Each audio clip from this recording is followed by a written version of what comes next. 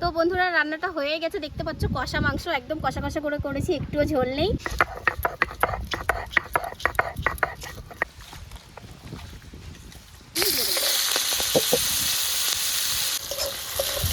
চিংড়ি মাছগুলো ভালো করে ভাজা হয়ে গেছে, দেখতে পাচ্ছ। দুর্দান্ত দুর্দান্ত টেস্ট।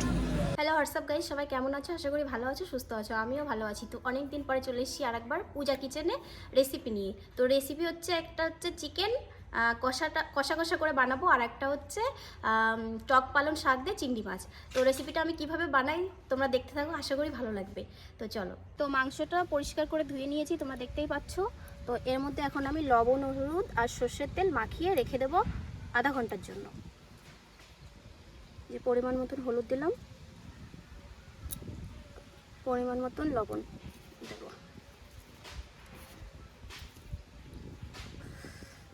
আর তার সাথে সর্ষের তেল। এটাকে আমি ভালো করে মাখিয়ে আধা ঘন্টার জন্য রেখে দেব।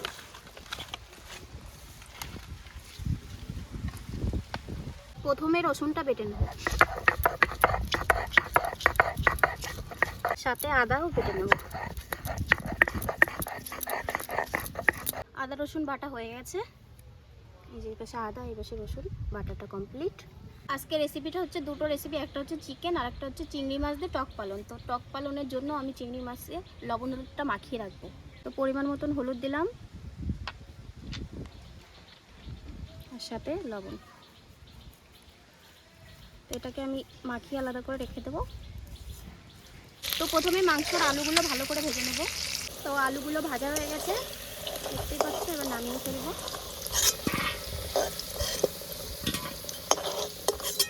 তেলটা গরম হয়ে গেছে, দেখতে পাচ্ছ। এবার জিরেগুলো দিয়ে দেবো,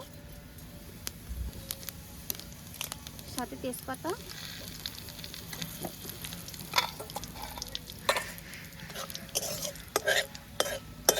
আর এই যে চুই ঝাল দেখেছো, এগুলো আমি থেতলে রেখে দিয়েছিলাম, এবার তেলের পরে দিয়ে দেবো।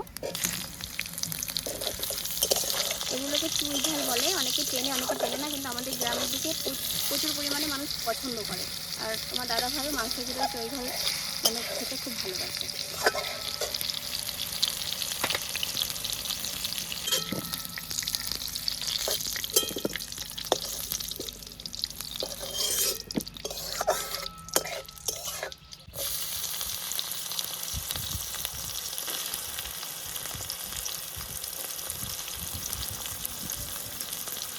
দেখতেই পাচ্ছ পেঁয়াজগুলো হালকা ভাজা হয়ে গেছে। এবার এর মধ্যে আমি টমেটো ছাড়বো।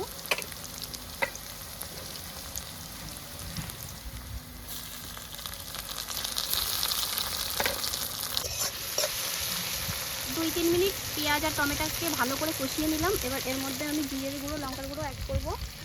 এই যে পরিমাণ মতন জিরের গুঁড়ো আর লঙ্কার গুঁড়ো আছে, তাকে আমি দিয়ে দেবো তেলের উপরে।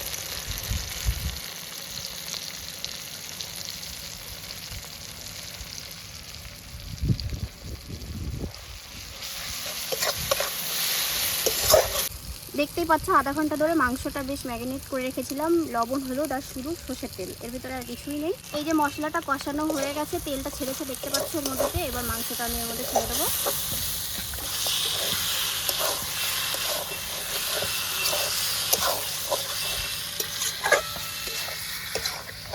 এই যে চুইগুলো ভেজে রেখেছিলাম, এবার চুইগুলো দিয়ে দেবো এর মধ্যে।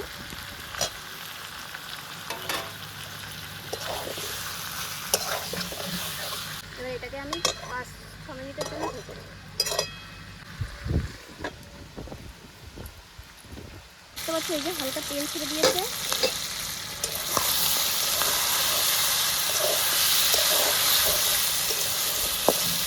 মাংসটা কষানোর জন্য এর মধ্যে এখন আমি জল অ্যাড করবো।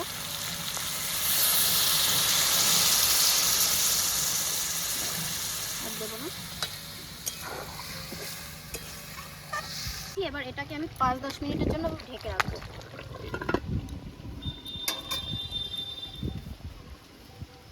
মাংসটা কষা হয়ে গেছে, ভালোভাবেই তেল ছেড়ে দিয়েছে। তো এর মধ্যে এখন আমি জলটা অ্যাড করবো। মাংসটা অবশ্য কষাই বানাবো, জল না দিলে গলে না। কষা কষা খাবে তোমার দাদা ভাই। আর তার সাথে টক পালনের রেসিপি চিংড়ি মাছ দিয়ে। তো ব্যাস, এর থেকে বেশি আর জল দেবো না। তো এবার আমি ঢেকে রাখবো এটাকে। তো দেখতে থাকো বন্ধুরা, আশা করি ভালো লাগবে। এখন আমি আলুগুলো ছেড়ে দেবো, আলুগুলো গলানোর জন্যই জলটা দেওয়া। ব্যাস। তো বন্ধুরা ঠিক 10 মিনিট পরে রান্নাটা আমার হয়ে গেছে, আমি জালটাও বন্ধ করে দিয়েছি। তো এখন নামিয়ে দেবো। এই যে দেখতেই পাচ্ছ, এর ভিতরে আমি হালকা একটু গরম মশলা দেবো। ভীষণ হাওয়া এখানে, কি আর বলবো, এখানে রান্না করতে বসেছি, প্রচুর পরিমাণে হাওয়া।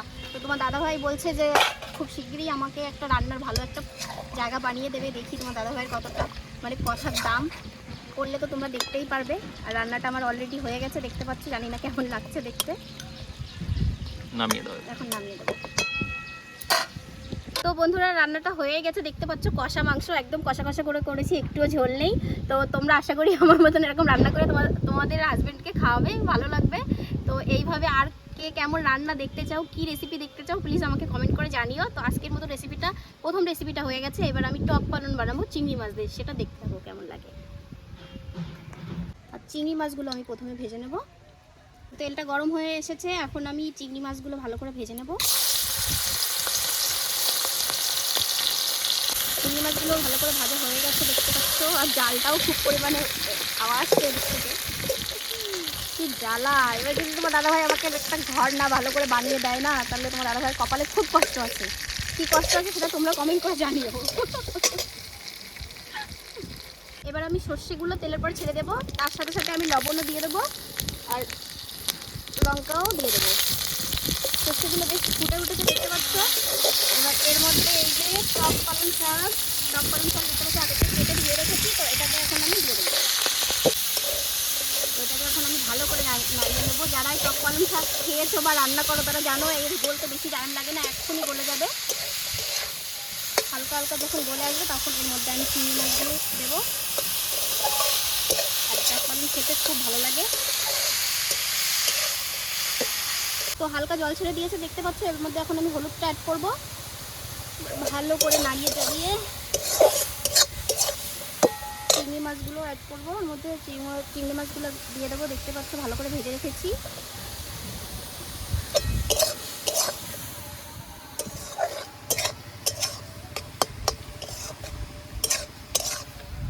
ভালো করে নাড়িয়ে চাড়িয়ে দিয়েছি, এবার এটাকে আমি ঢেকে রাখবো। বেশিক্ষণ রাখবো না, 2-1 মিনিটের জন্য ঢেকে দেবো।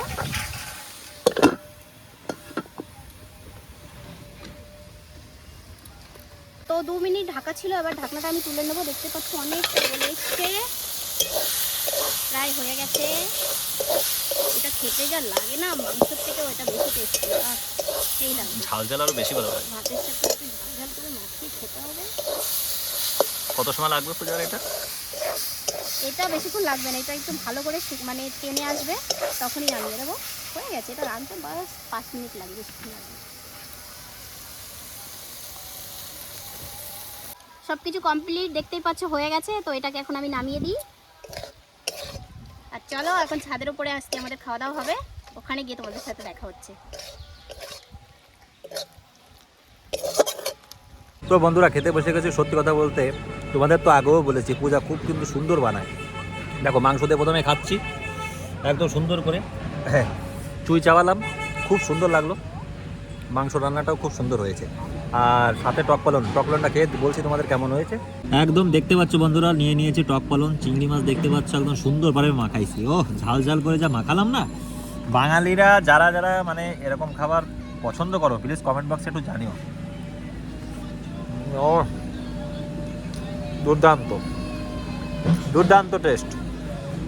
খুব শীঘ্রই আর একটা রেসিপি নিয়ে আসছে পূজা তোমাদের সামনে। Love you guys. ভিডিওটাকে পারলে অবশ্যই একটু শেয়ার করে দাদা এবং পূজার পাশে থেকো। Love you guys.